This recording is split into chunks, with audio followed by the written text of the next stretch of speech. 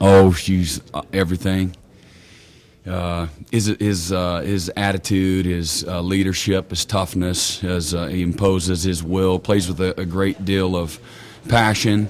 You can see he loves to play, loves to compete. It's very natural. He's a winner. But obviously his ability to extend plays and improvise and cause you a lot of fits because of his dual capacity. Those are tough things to defend. Everybody says, it's hard to stop the running quarterback. You guys can't. It's like every team's media and/or fan base thinks their defense is the only defense that can't stop the running quarterback. And it's like, no, I can stop the running quarterback. It's the one that can run and that can pass with good players around him that's hard to defend. Look at Cam Newton. I know they stubbed their toe yesterday, but ding, ding, ding. Those guys are hard to stop. But, he's fun to watch. And obviously followed Oklahoma all year, not anticipating playing them, but just because I'm a big fan of their team and the people that are associated with their team. And so I got to watch. Dean and I were just talking about the TCU game, and it was just one of those crazy games, but the great players like Baker find ways to win, and he did the same thing, at Tennessee. And I think I tweeted, I'm not a big tweeter in the impulsive moment, but I had to tweet Boomer for him because when they won that game, what a neat moment that was for everybody. But as you watch, I think it was maybe 17-0 they came back from. Those are program defining and season defining, I should say, not program defining. Oklahoma has had plenty of big wins through the years, but season-defining type wins, and sure enough, lo and behold, I remember that night. Me and my boys were watching it late, living every play with those guys, and but really admiring Baker and Sterling kind of taking over that game there in that fourth quarter. But so that's kind of what I think. It's going to be a tough challenge, but it's fun. It's we as a defense, us as a team, we're really looking forward to the challenge, kind of seeing how we match up. We recognize the stakes, but I think you can't get too uptight in it, and I think that you're going to stop everything that they do. You just got to make enough plays, and but see how our guys match up, with their guys, and it's kind of the three-headed monster with those guys, between the backs, the quarterback, and Shepard, and you got plenty of other receivers as well. I've really, I don't know. I haven't looked going into this game. Haven't looked back and says, oh well, we have played Cook and Hood. I think that,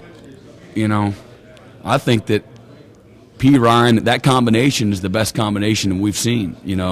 P. Ryan and Mixon.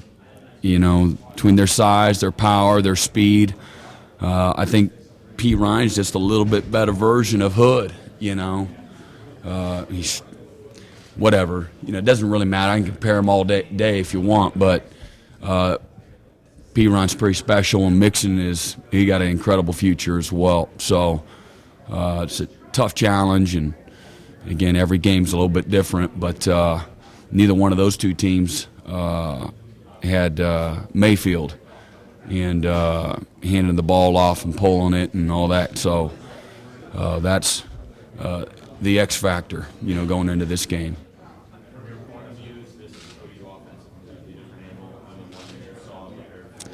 I don't know. I don't know. That's it's easy to say now. I don't know. Last year their numbers weren't far off from what they are this year. I think they feel different from a leadership standpoint and where they're at going into this game. Obviously, they had, they had lost. They had some guys injured, and then they had lost their last, game before they're coming into ours. They were limping more. They had some really tough losses, the TCU game, and I think the K-State game, and then the Oklahoma State game. Some real tough losses in the way they lost on the punt return.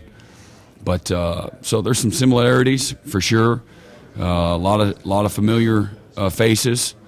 But obviously the change at quarterback, Trevor had a good year a year ago, and Baker's having an incredible. He's having a Heisman type year. That's another level. And they weren't far off a year ago. And I know everybody thinks all of a sudden they were 0-10 going into our game, and we're 0-12. You know, they are a good team that was a few plays away. At one point, I think it was overtime to TCU, and 1 point loss to K-State, and lost on a freak punt return, went to overtime against Oklahoma State. They're still a few teams away from being 12-1, and us not playing them last year. That's how close. I mean, they you know, so that's kind of the perspective. They got a very good team. They're very balanced. They're more experienced in their secondary. You know, Mike Stoops didn't know how to coach pass defense a year ago. Same group of guys coming back. They're just so young a year ago. Young guys play young, and then you got a whole group of them on the back end in that league.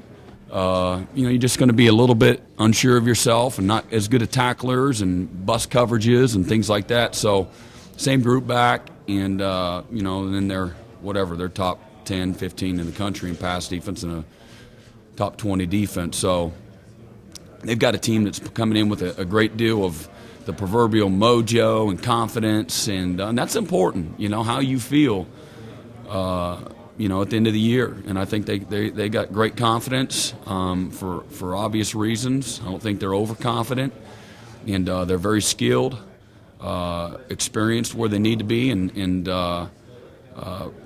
they got a very experienced defense and as well, and a good kicking game. So, you know, I think they feel great, you know, coming in. And a year ago, probably a little bit unsure of themselves coming into the game. So, good thing is Clemson feels good both years. We felt good last year going in, and we feel good again this year. With all due respect to the game and the opponent and those types of things, we got a good football team as well, and we think we match up well.